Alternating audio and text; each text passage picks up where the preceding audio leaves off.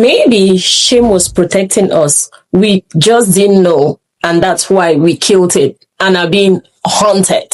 When you ride it, slide.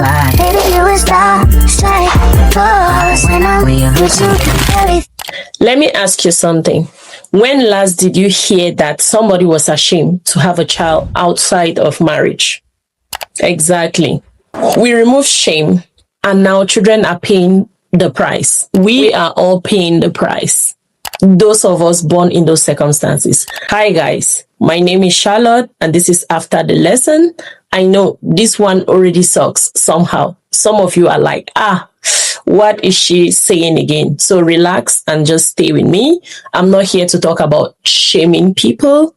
No judgment. We are just here to state some facts. I'm talking about what happens when society stops correcting anything at all. If you're new here, you're highly welcome. We touch family, love, relationship topics, especially those that are hardly discussed. Now let's get to business. Or the first point, what shame used to do. Let's travel back to history. Call me old school, but there was a time when certain things were not seen as normal. That's not because people were perfect, but because society made you rethink your action. You knew if I do this, people will talk. And that fear sometimes protected you. Truth be told, we all care about what others say, whether we admit it or not.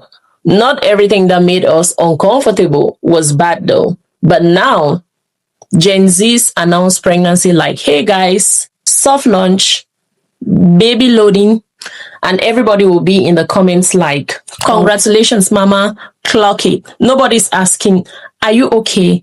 Are you ready? Is this stable? We just clap. Let's talk about the second point. The problem is that we don't judge. We've created a culture where don't judge me means don't question anything I do. That sounds very sweet in the ear until children are involved. Why do I say so? Once a child enters the picture, this is no longer just your life. It's tough. It's difficult. Okay? It's really tough. I can tell you because I've been on those shoes. I was born into that kind of situation as well. There was no moral shame, no structure to be followed. One thing just led to another without a thought about consequences, and life happened. Let me clarify something.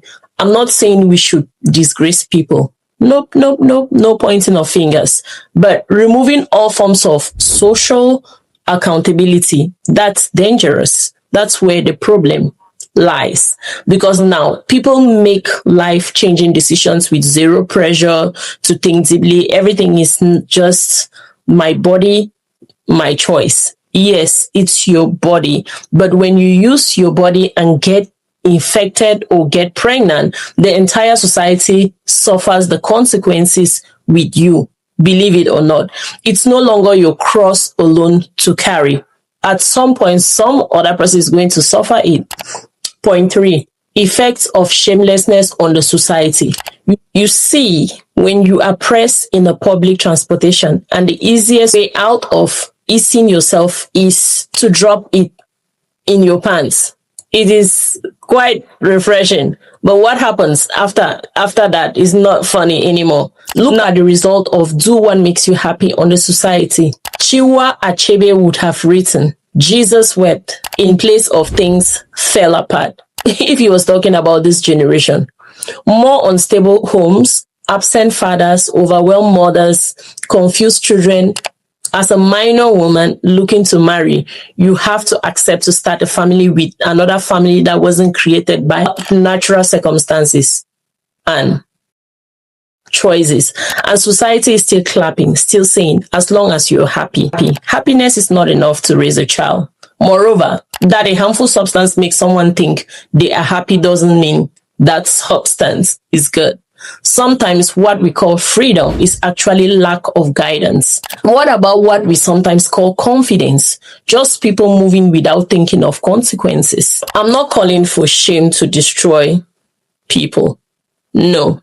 I'm asking, shouldn't there be something that makes us pause to think before creating a whole human being? Because right now in our modern society, nothing is stopping us. The people suffering for that the most are the children. Let's bring back shame where we bury. Our future generations shouldn't witness more of what we are witnessing. Thank you for watching. Kindly subscribe and click on the notification bell to be the first to see our latest uploads. Remember, my name is Charlotte. I'm not a charlatan. I don't know about you, but I don't plan to repeat the same mistakes my forefathers did. I hope you enjoyed the video and do stay blessed. Subscribe and love you. Bye.